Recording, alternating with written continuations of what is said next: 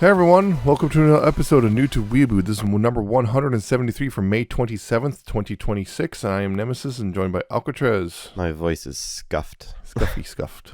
Yeah. Don't get sick, gosh. Oh yeah, let me just wave my magic wand and never get sick again. Well, yeah, that's the healthcare plan. Yeah, this is America. just don't get sick. Regardless, a couple things popping up in the news, including a fun one, which is Katakawa finally acknowledging that maybe there's too many isekai. I saw that. I was like, wow. They're finally acknowledging the problem, which we've been talking about for quite a while now. That is actually only a piece of the problem. The actual general problem is there's too much anime in general right now. I mean, it was every season, it's like there's something like 40 some odd anime coming out per season. Yeah. Which it's too much. Something's going to give. And we're seeing that already. Something has to give. Because, well, if you just keep making more anime, then, well, no, not everyone's going to be able to watch it all. And, your whole thing is like, why is nobody watching this? Because there's, like, literally 40 other options. And only so much time. So that's interesting. Something them finding knowledge. Of course, that just means they're going to go all in on a different genre, and the cycle repeats. Yeah. The other thing was the Crunchyroll Anime Awards happened. Yep. They happened. I guess some of the things, the 2026 winners. I guess a couple things. Anime of the Year is My Hero Academia Final Season, which, yeah, it's good. It was a good season. Best New Series, Gachi Akuda. Yeah, I've been hearing a lot about that one. Yeah. Best Original Anime is Lazarus, which is weird to me considering I heard nothing but bad things about that one. So I'm like, what? I didn't hear much at all. Yeah, it was the only thing I remember is some of the Cowboy Bebop guys were involved. Yeah, I remember people were saying it was like, oh, it's going to be like Cowboy Bebop. And everything I heard was it's kind of bad. So I'm not sure. I'm kind of weirded out by that. You are also kind of weird, but that goes part of the course for the rest of us, too. Best Slice of Life is Spy Family Season 3. With also Best Must Protect at All Costs characters, Anya Forger. Yeah, that tracks. Best Supporting Character, Katsuki Bakugo. Yeah, people really love Bakugo. Best Main Characters, Mao Mao from the Apothecary Diaries, which I keep meaning to watch because I keep hearing good things about that one. Yeah. Don won Best Comedy, Season 2. Also, Best Opening was Don, and then Best Ending Sequence is My Hero Academia. So yeah, that's just a couple highlights there. Mostly, yeah, not surprising, it's mostly mainstream stuff. Because West Continuing Series, One Piece. Yeah. Okay. So yeah, beyond that, I haven't actually kept up as much anime stuff as I want to. I couldn't. I was busy dying. Don't do that. Again. Yeah, so I mean, there's one that I'm kind of keeping up with. Cause it's weird though, because like it's coming up on YouTube, but like it's one of those. It's that channel that does things where it's like only up for like 7 days and they remove it, but they don't actually remove it because apparently like internationally it's available, but then the US it's available a week later for some contractual reason. So they have to do that weird thing where it's just private for different parts of the world or whatever. Yeah. It's very strange. It was also sudden too, because like the first few episodes were all like, it came onto YouTube shortly after it aired, and then all of a sudden after that, nope, wait a week. Interesting. Something happened. It's supposed to be Yuri, but it's also kind of like it's light Yuri. It's mostly slice of life with some minor Yuri elements. It's one of those. They look longingly at each other, and nothing ever happens. Yeah, at best. Not even that, really. Barely. It's basically like there's a vague acknowledgement of attraction, and that's about it. Oh. There's the other one I started watching. I started watching the which one was that? The one Yuri and Drinking. About Yuri and Drinking, and I'm trying to remember what the name of it sounds actually familiar, but I can't place it. Botan. Kamine Foley blossoms when drunk. Oh, that one. Yeah, I started watching it, and then I think need to catch up though. So I think I actually put that one on my Crunchyroll watch list too. I started to watch it because it's also the rare thing of like it's adult characters. Yeah, that was like actual adults. A miracle. Impossible. That's impossible. Yeah. But that's not who we're talking about at this point in time anyway. Maybe later, depending. Maybe. We'll find out. We'll figure it out. But we're here to talk about a very strange one, to say the least. Akiba Maid War, or Akiba Maido Senso. Before we get into the meat of it, it's weird. It's weird. Yes. but in a good way. Yes. It's a lot of fun. It is. It's great. I would say it's got the very similar in a sense in that sense kind of to Zombieland Saga, which it's an inherently weird premise and just rolls with it and really well. Just inherently weird and it just works somehow. Yeah. Yeah. So the whole thing about Akiba Maido Senso, Akiba Maid War, because this whole thing kind of starts off because it's just a stupid pun. Essentially, this title is a dumb pun because maid, in Japanese, maid is a import word, a loan word, Maido, which sounds like the same as another actual Japanese word, Maido, which actually means underworld. Yep. And that's where the premise comes from, because basically, what if the maid cafes, particularly the ones in Akiba, because otaku, because that's where otaku all go, because that's where all the anime stuff is. Yep. What if they're actually it wasn't just a maid cafe, but it's actually organized crime? Yep. And that's the inherent premise, and basically then goes running with that. It basically treats basically a crime drama. Yep. And somehow it works. It does. It's great. It's not just it's not just maid cafes are Yakuza front. No, basically the maids are essentially the Yakuza. Yeah. Yeah, you get inducted and then you become part of them, and you are now part of a crime family. And now you have territory wars. Yep. And all sorts of stuff like that. You have gang wars. That's what it is. Yeah. There are actual gang wars and all the drama that could come with it in a classic Japanese crime drama. I think part of what makes it so good in a way is the dichotomy that it pops up. This dark concept of gang wars and whatnot, with the but I want to be a maid and make people happy and all this flowery. The dichotomy, this clash actually works really well. It's great. Yeah, it's part of it. It's that thing of it takes itself seriously enough. Yes. And which is weird because it will somehow simultaneously take itself completely seriously, but also just completely just be just the goofiest nonsense at the same time and still somehow work. Yeah. Because the whole thing is, the main character is Nagomi Wahira, and she's 17 years old, and she just wants to be a maid because they're nice and cute and everything. Is and wants to bring happiness to people. She wants to bring happiness to people, and everything seems fine. It's a little weird, and she kind of eventually finds a maid cafe, which is translated to Onki Doink Cafe, or Ton Tokoton. Yep.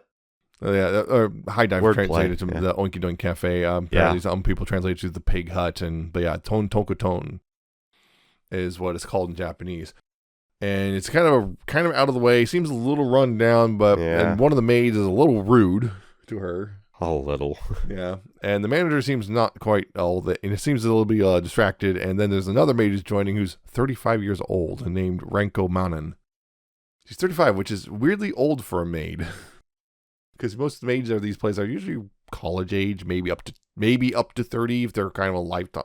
Yeah, just like with idols. Once you go over 30, you're out. You're done. You're too old. Might as well just go lie down on the grave right now. Yeah. Regardless, she's all happy and peppy and stuff. It's just she doesn't notice the signs. Something's not quite right going around. Like the otaku comes in. Why is the manager so scared of this otaku? Oh, yep. And why is he talking about the sweets money? And then eventually she's sent on just to deliver a message. Just go deliver a message. There you go. Okay. Renko decides to, volunteers to go with her. They go get some ramen first. Then they go to the other cafe and they deliver the message, and it's like an insult. Just a blatant insult. And Nagomi's shocked because I didn't know that was the message. And then she gets slapped across the face. Yep. And she's, being berated and stuff. And then all of a sudden there's a loud bang. And the person who's slapping her got a bullet hole in her head. And it turns out Renko brought a gun with her. Yep. Which she was holding in a bag. Yep. And as the maid is falling, the dead maid is falling, and the blood is literally pouring out the bullet wound in her forehead and hitting Nagomi in her paper bib she was wearing from the ramen she ate. And then it keeps spurting over and over again. And she's just standing there, and then she goes, "Oh, my bib got dirty. Well, I guess that's kind of what it's for." Huh. It's kind of just a complete shock. It's kind of just very low key reaction. And then Renko's like, "We need to go." And then Renko starts shooting everyone. Yep. And the best part about this whole scene, and this is the setup, this is where this is where I knew I was watching something special, was not only that thing with the blood thing, that was really funny, but, by the way, yeah, blood and violence in this anime, just in case. Yeah, a little late on the CW there, but yeah. Sure. The sequence afterwards is Renko's, basically in a gunfight with all these maids from his other cafe. At the same time, the other maids at the back at the Tontokoton are doing basically an idol performance of sorts, and the whole fight is choreographed to the songs with a call and response and everything, like the guns behaving like light sticks and all that stuff. And Renko's doing a cool little, like, basically doing gun kata and everything. It's kata. It's like, okay, this is amazing. You can't, and all the hype I heard about this was right. This is awesome because, yeah, that sequence sold me right there. Yeah, it was very good to have that right up front because that's how the first episode ends, was that sequence, and then Nagomi finally having and basically see occasional flash of Nagomi just covered in blood, just 1,000-yard stare as her brain just refuses to accept what's happening. She's just sitting there, just seeing the blood just pouring all over, and then she gets back to the maid cafe and just, I gotta go. I gotta leave. I need to leave. And of course, unfortunately, she cannot leave because of the circumstances. Yep. You were not supposed to survive that initial. Yep, you were supposed to die. Yep. And you survived. And Ronko was, yeah. It turns out, Ronko there, the reason she's a 35-year-old milady is because she got out of prison because of what happened. Because the thing was, it opened up with a flashback, which was, she was with another older maid, and the older maid got gunned down by another maid, and and then apparently she went on a little revenge thing and got sent to prison. Yep. And that was in 1985, and now it's 1999. Is the thing. That's what it takes place right at the end of the 20th century.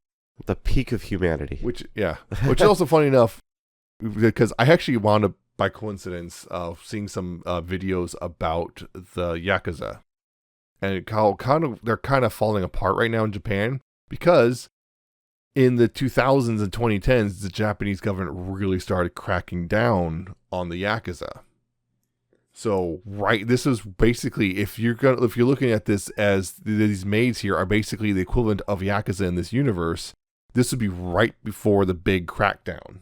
Yep. So this is when, the whole idea of, these organized crime was still just kind of there, and people were fully aware of it, but you just kind of don't get involved, or only get involved at the most surface level, as in you're a customer, and that's it. Yep. Because right after this, because that was the thing. A lot of people were fully aware they're dealing with Yakuza, but just keep your head down and you're fine. Yep. And so this was right after this, though. In real life, in the 2000s, is when the Yakuza started getting cracked down on. They started having more difficulty, existing now. That's why the Yakuza in Japan are kind of not really so much of a big thing anymore. I mean, they still exist, but they're barely have any power whatsoever. Regardless, so the rest of the anime is just various insane things happening. The poker game where they might be sent to go crabbing if they lose. Then it turns out the whole casino is rigged, or the tournament, the illegal fight club, or the baseball game, or turns out the baseball game, or the re-education bit, where they're re-educated, and so on and so forth. And just also turning out, there's a whole sister system in, like, Nagomi meets another maid named Narula from the opposing family, I guess, and they hit it off, and they become sisters from time and Narula gets gunned down, and then finding out, this Ranko's old sister, Nagi, became the head of their crime family, and there's a whole thing. It's basically all the twists and turns you expect from a crime drama, including, Nagi was the one who ordered the hit on the maid they worked for, Michio, who used to be a legend herself. She was, like, super violent. She kind of mellowed out as she got older.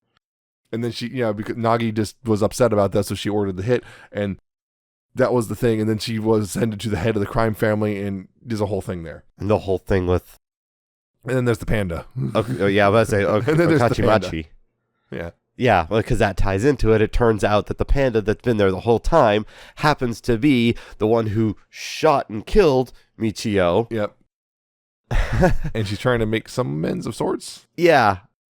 Yeah, so that's the thing. The other characters, the other members of the maid cafe, that Tontokoton, Yume Hiragi, she's the very cutesy one, the one who draws in the most customers, essentially. Yeah. Because she's the most, like, classic maid, I guess, maid cafe archetype person.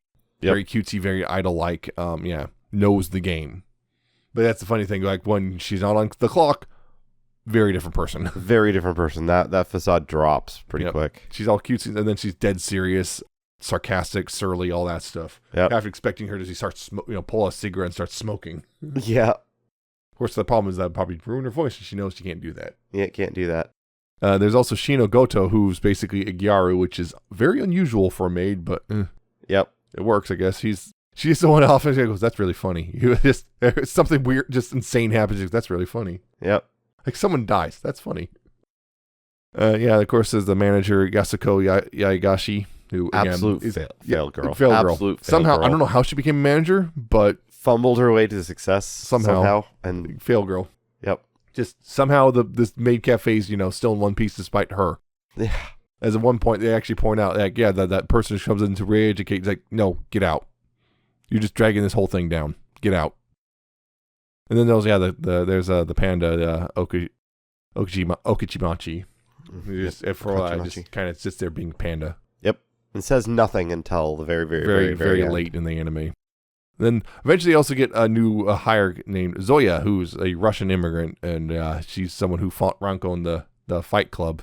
Yep. And there's a whole thing there because Ranko's whole thing is she is so like deadpan all the time, just all the like, time, very little emotion on her face. And that's the thing is, I am happy. It's not that she's not emotional; she just doesn't show it very much. Because like I am happy. Yep. Well, and she's so. And her thing is she's very much like Nagomi, where she so very much wants to be a maid with the traditional maid things. Mm-hmm. And that was the thing we even see in the past. She was not like this. Yeah. She was more into the whole maid thing and was kind of, if anything, it seemed to be the one who kind of made Michio change into a more pacifist type of person. Yep. And she got sent, that after Michio died, she, did her thing and then got sent to prison and became hardened. And now she's like a hardcore, like actual, like scary person. Yep. But she still wants to be a maid. And she insists she's cute. She's a maid and she's cute. Yep. And Zoya is basically like her, not quite, I don't want to say clone, but very similar. Zoya's interesting because her whole backstory is like she was raised in such a way that cute things were just like, no, you can't have that. Yep. It's a cute doll. No, you can't have that. And she's just raised to basically be just real hardened and whatnot. And like she's like basically a living weapon type of thing. Yep. And basically telling Ranko, you can't be a maid. You're not cute. You're not good. And then because we find out Zoya wanted to be this. She tried to be a maid before and failed it because she doesn't know how to be cute. Yeah, and Ranko kind of helped us like, you are cute, which is like one of those things that's like kind of gay, kind of fighting and also kind of gay. And it's like, Yep. Yep. Because that was the thing, Ranko's supposed to throw the fight because it's money. Yep. And she just didn't. She just didn't. Okay, just don't fight back, and you have to fall in this round, and everything good. Yep. And Ranko just at one point actually gets pissed off because Zoya broke the hair tie that Nagomi gave her, and she just hit her real hard. Because that was the whole thing. Is like, Zoya can hit hard enough to kill. Yeah, and Ranko just tanks it several times. Like, ooh. And then the thing at the very end, they go the cross counter, and Ranko, puts Zoya down on the mat, and then kind of goes a little nuts and starts just wailing on her. And then Zoya joins the cafe. Yep. But I also like the bit with the insane bit with the one maid shows up who sent there by the head of the family to straighten everyone out. Yeah. Minori can be like cult behavior because like she comes in and just like first they're like whatever, they're not really buying what she's selling, right? Yep. And then she throws them off the roof, and that gets them all inspired to actually be better. It's like you see this thing. It's almost like this commune cult thing happens. Yeah, there's a particular word for that, and it's indoctrination. It's a form of indoctrination. I almost want to say Stockholm. No, it's not Stockholm. But not quite. But There's a similar thing there because they're like, well, because she emotionally abuses them too and manipulates them with how she does, especially with the throwing them off a roof. Yeah, because a part of it is also she's also scared because she basically was told if they don't get better after you show that up there, you are gone. And what gone means, well, it means gone from this mortal coil. Yeah. The thing is, all of them just kind of almost pretty much buy into it. Again, one of the first things she did was throw out the manager and the panda, saying, "You're useless. You're dragging this whole thing down. Get out." Yep. And the other thing is, Shino, the Gyaru is like, she doesn't want this. She Nope. everything. She's like, are you all insane? This is crazy. What are you doing? She's absolutely resistant for the most part, and even tries to escape.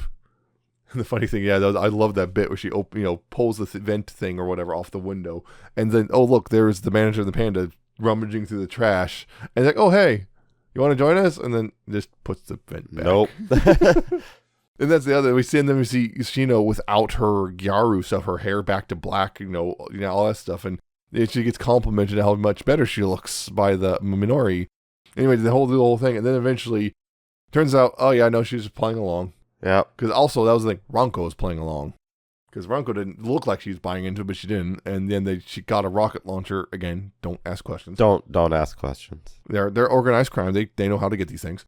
And she blows up this thing. They had to carve the name of the group into this log, and she blew it up. And then you have Nagomi freaking out, crying, and like, "What are you doing?" And then everything went back to normal. Yep. And she went to that's funny. So because Minori comes back to check on him, and it's like, oh, well, I'm doomed. Yep. God, there were so many things. Like you mentioned, the Fight Club. The lead up to the Fight Club involved the collectors. Figure collectors and that whole thing. And the bootleg. The bootleg. And the real one. And the collector guy, they're like all acting like their own tough gang. And then also like, he's just, being all weird about the figure. Yeah. Petting it and whispering to it. Yep. And of course, then the woman he's selling it to also does the exact same thing. But then, she kills him. Doesn't not realizing that, he has the real one still. And then Renko finds it and tries to deliver it. And leads to the whole cavalcade of things happening. Whole cavalcade of things going on and of people. It's just, yeah. It's and the realization it all blows up in everyone's faces. Kind of literally, actually. Kind of literally in quite a few places, yeah. The casino bit, everyone's being thrown in a cage, and then you find out, Yume is actually like a really good poker player. She's got really good at this, including she's the one who clocked that you're cheating. Yep. You even did some stuff to make me think you weren't. This was legit, just in case. And it's like you're cheating though. You've been basically showing she's supposed to win, and that's when Ranko just shooting people. Yeah. Well, at a certain point, that's just what you do, right? Just gotta shoot. Just go. Anyway, I started blasting. Yeah, she'd make a very good American. And then, of course, the whole thing with the baseball game was because after there was a whole thing. There was actually a whole thing. There was a character who showed up who was like, she's kind of, it's interesting. She's like the part of the old guard, right? She gets out of prison and she's like, and she's for the opposing. Yeah, and her whole Monami, and her whole thing is like the Crimson Supernova. The Crimson Supernova. She's very violent, and she's been in prison for a while. And she comes out and she finds the game's changed. Yep, it's. They're actually making a deal. There's two groups. There's like the aliens and the creature group. Yep. And she's part of the alien group, and they're making a deal. Basically, they're going to merge, and she's pissed off about this because it's like everything's in. Everyone's a pussy. Yep. And she's upset about this, and she tries to force things anyway, and doesn't quite go well. And eventually, she gets injured in trying to assault the Ton Tokoton. And then eventually you get that thing. It's like she represents also the old ways and just in a refusal to adapt.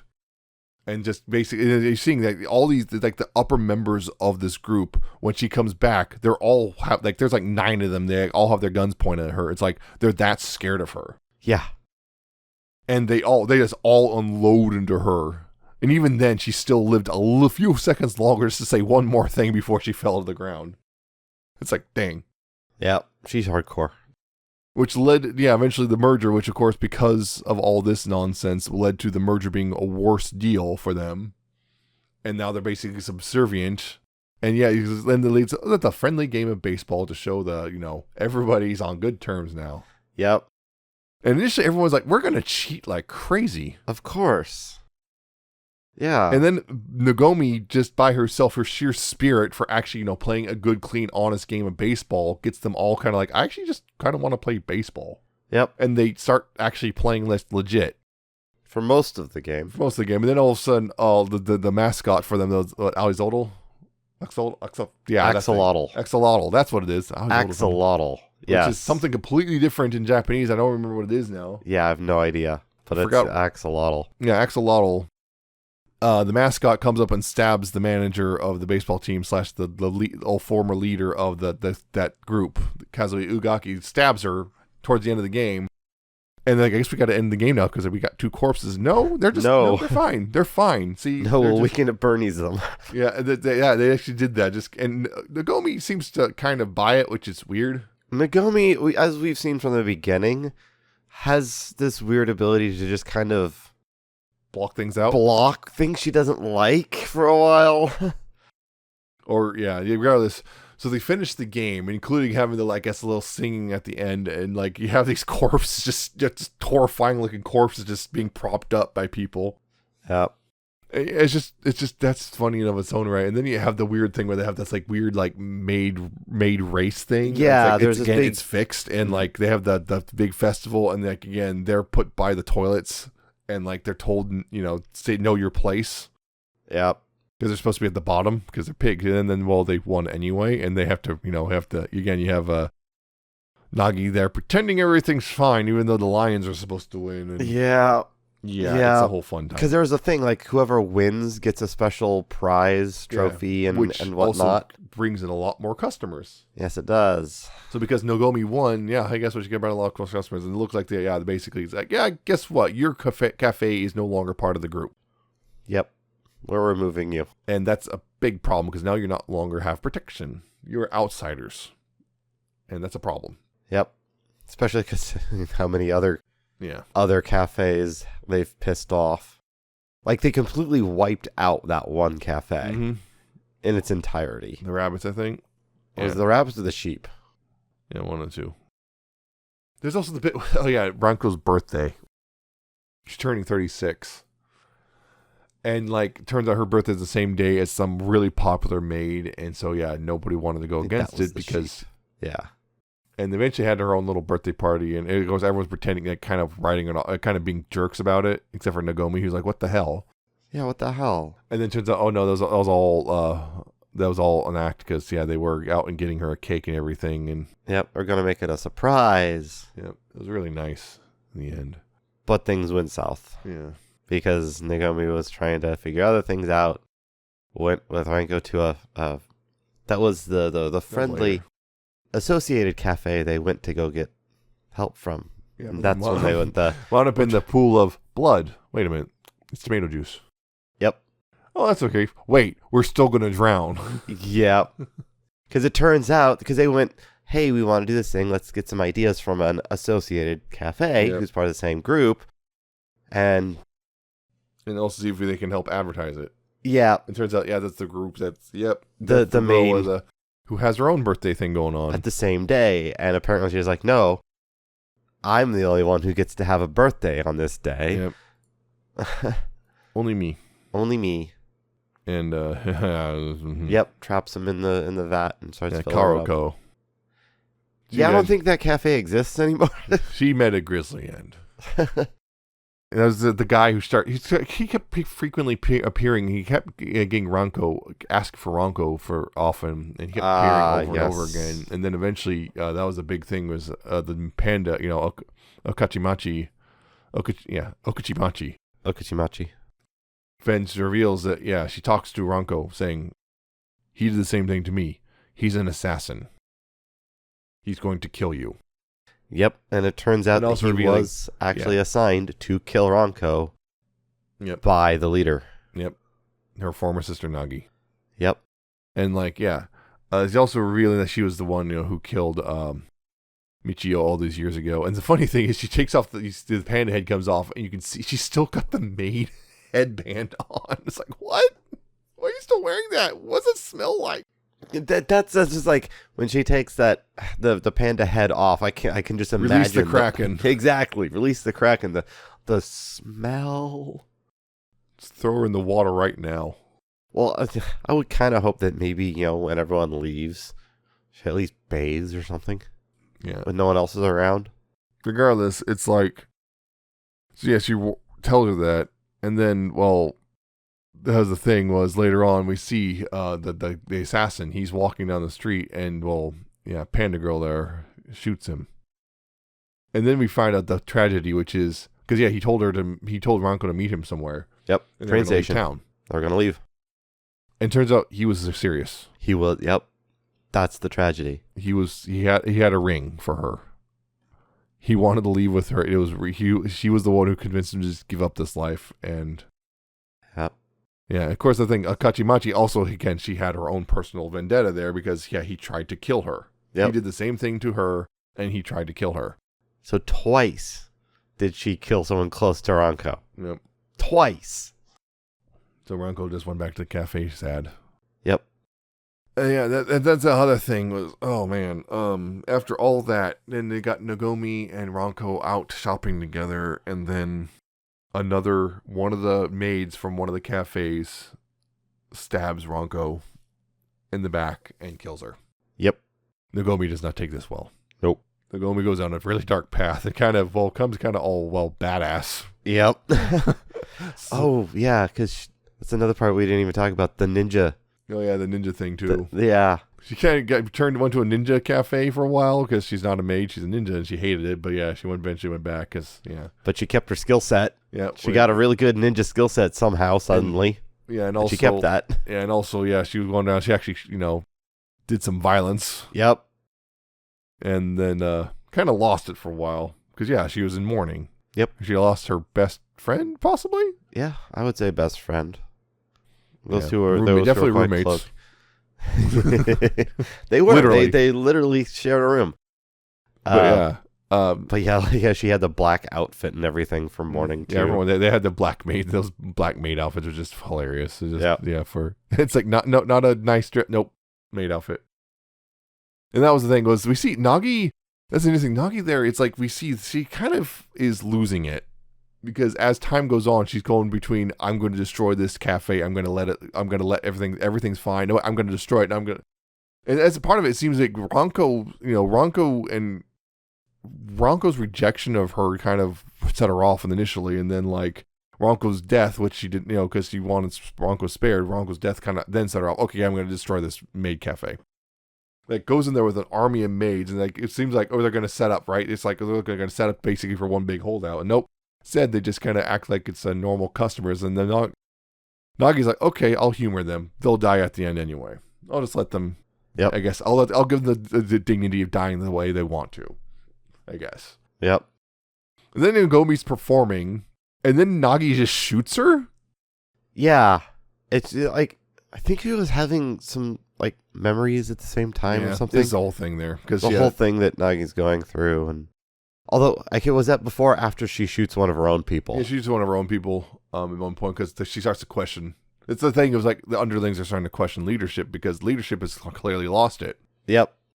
Interesting.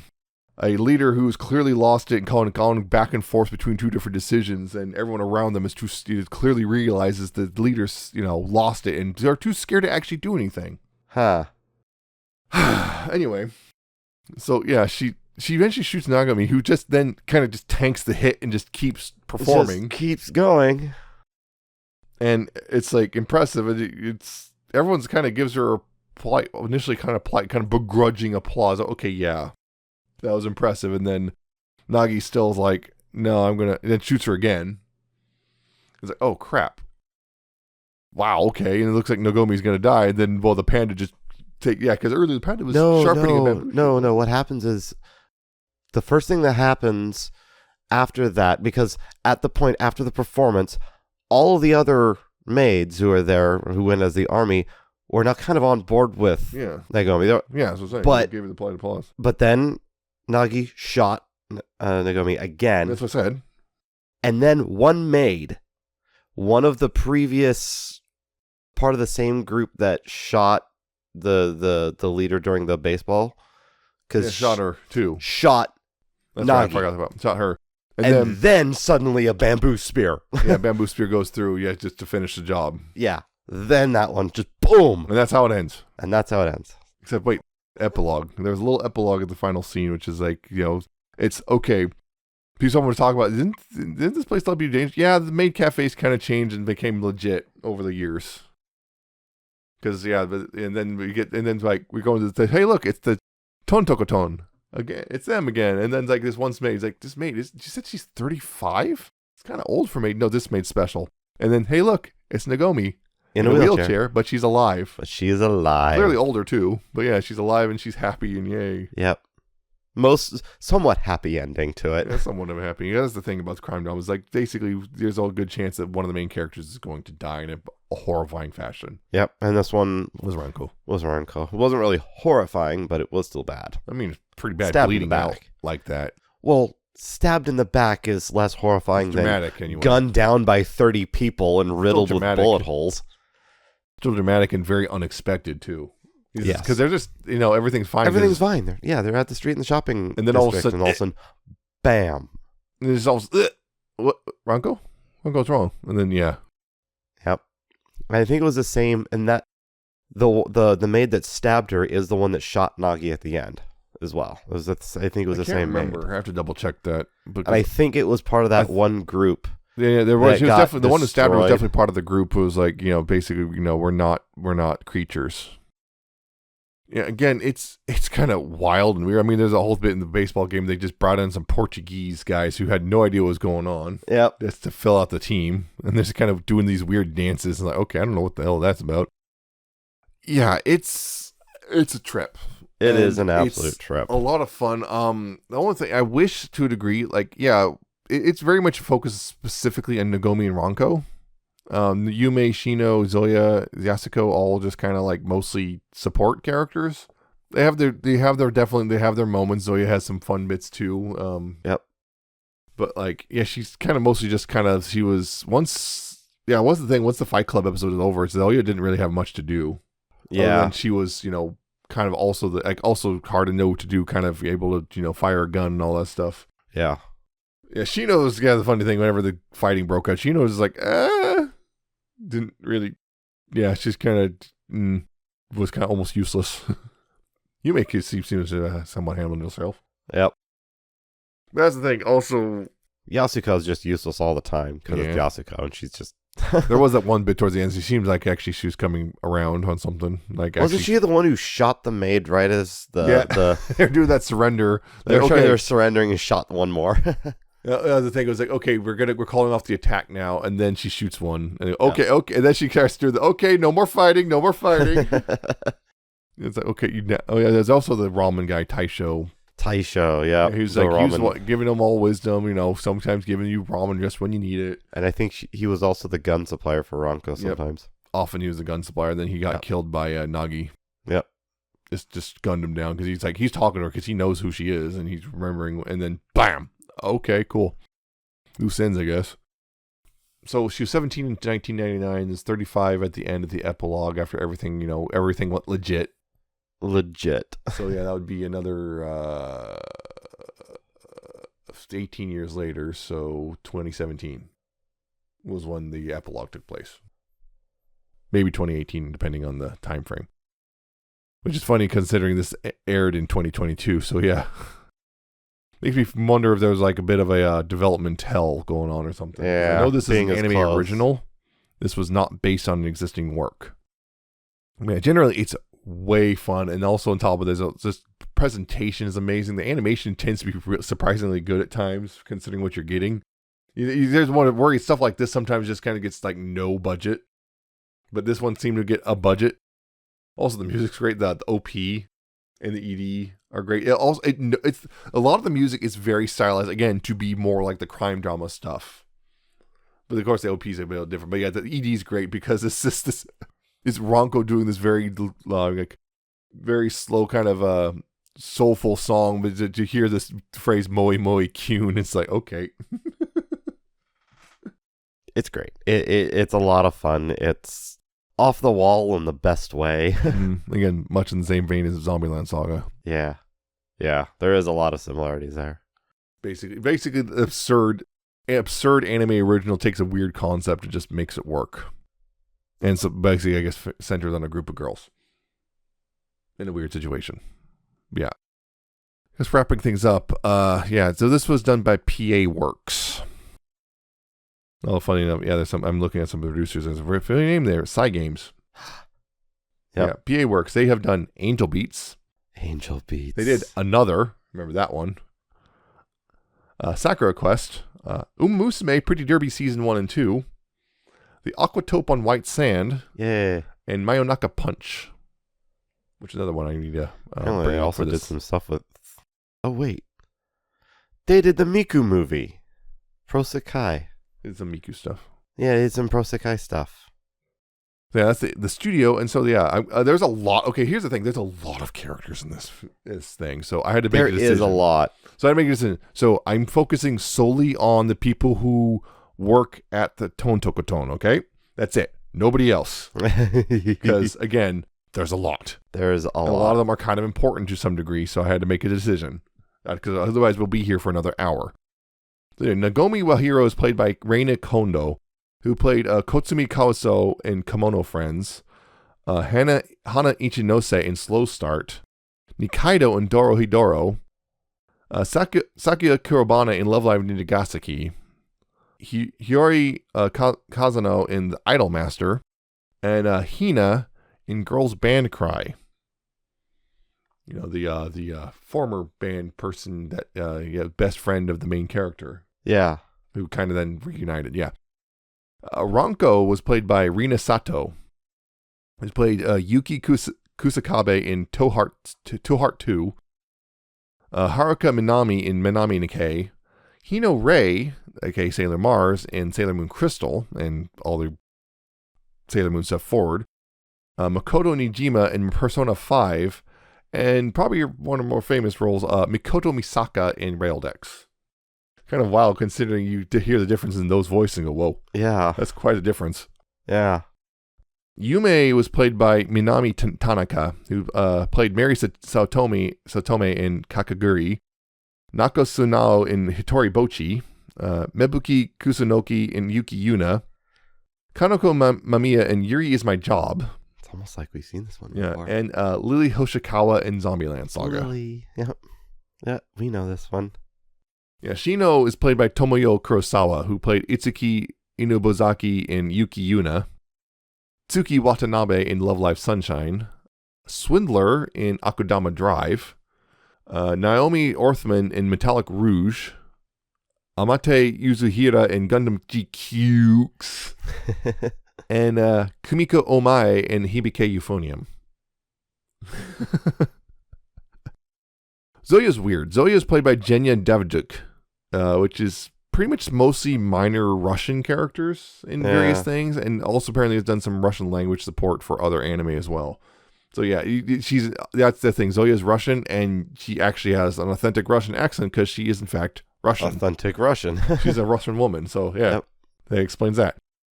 Yasuko, played by Ayahi Tagagaki, who's Sumika Murasami in Sasameki Koto, Chris Yukina in Symphogear, Karen Aono Exorcist, Michelle My Baby in Uma Musume Cinderella Grey, and Rika Shinozaki in Sword Art Online. Sword Art Online. Yeah. And Okachi Machi, the panda, is played by Aya Hirano, who's played Saru no Momo in Angel Tales, Misa Amane in Death Note. Death Note? Yep. Konada Izumi in Lucky Star, Migi in Parasite the Maxim, Dende in Dragon Ball Kai Super and Daima, and Haruhi Suzumiya in The Melancholy of Haruhi Suzumiya. Nice. Apparently it's also one of our Popocos. We have a Popoco here. So. Everyone does Popoco. Everyone. Or Pipimi, one of the two. Yep. Everyone does. Yep, and here's our connection here. At least one per. Yeah, quite the voice cast there. Yeah, there's a lot of really big names. So yeah, it's just funny. I'm just looking at any list and recommendations based on this Zombieland Saga. Licorice Recoil. Black Lagoon, which something I've always been meaning to watch. But yeah, generally, again, really fun. Go watch it. Watch it. Absolutely. The thing is, it's a High Dive exclusive in the U.S. Yeah, it makes it a little, you have to it's get a little High Dive more or limited. whatever for that. So just FYI. Yep. But it's worth it, definitely. If you can find a way to watch it, go watch it. Yep. So yeah, that's it for this episode. If you enjoyed it, you can listen to past and future episodes at newtoweeboo.libsyn.com, spelled LIBSYN. If you want to subscribe to the RSS feed there, or you can subscribe to us via other methods, including Apple Podcasts, Spotify, YouTube, and Amazon Podcasts. You search for us on any of those and subscribe to whatever service you like. And of course, you can contact us via email, newtoweeboo@gmail.com. If you have questions or comments or criticism or anime recommendations or whatever. There's that. And of course, you can follow our various social medias, newtoweeboo.libsyn.com/contact is where it's all listed. And just pick the one you like and follow us there. So that's it. Next time, it'll be June, which means it is Pride Month, because we are not going away. Doesn't matter what you do. You can't just make legislators out of existence. It doesn't work like that. Yep. But we'll be starting off with Watanabe, a.k.a. I was no freaking way I'll be your girlfriend unless. Yep. I'll finally have to finish this. You're finishing You've seen the whole thing. Yes, I have. I've only seen the first 3. Yep. So. Yep, that's how we're kicking off Pride Month, so fail girl. Fail girl Yuri. Yep. Yep. So yeah, again, keep yourself safe and all that. Try not to get sick. Try not to go mad. I failed that one already, but yeah, try not to go mad, and we'll see you next time. See ya.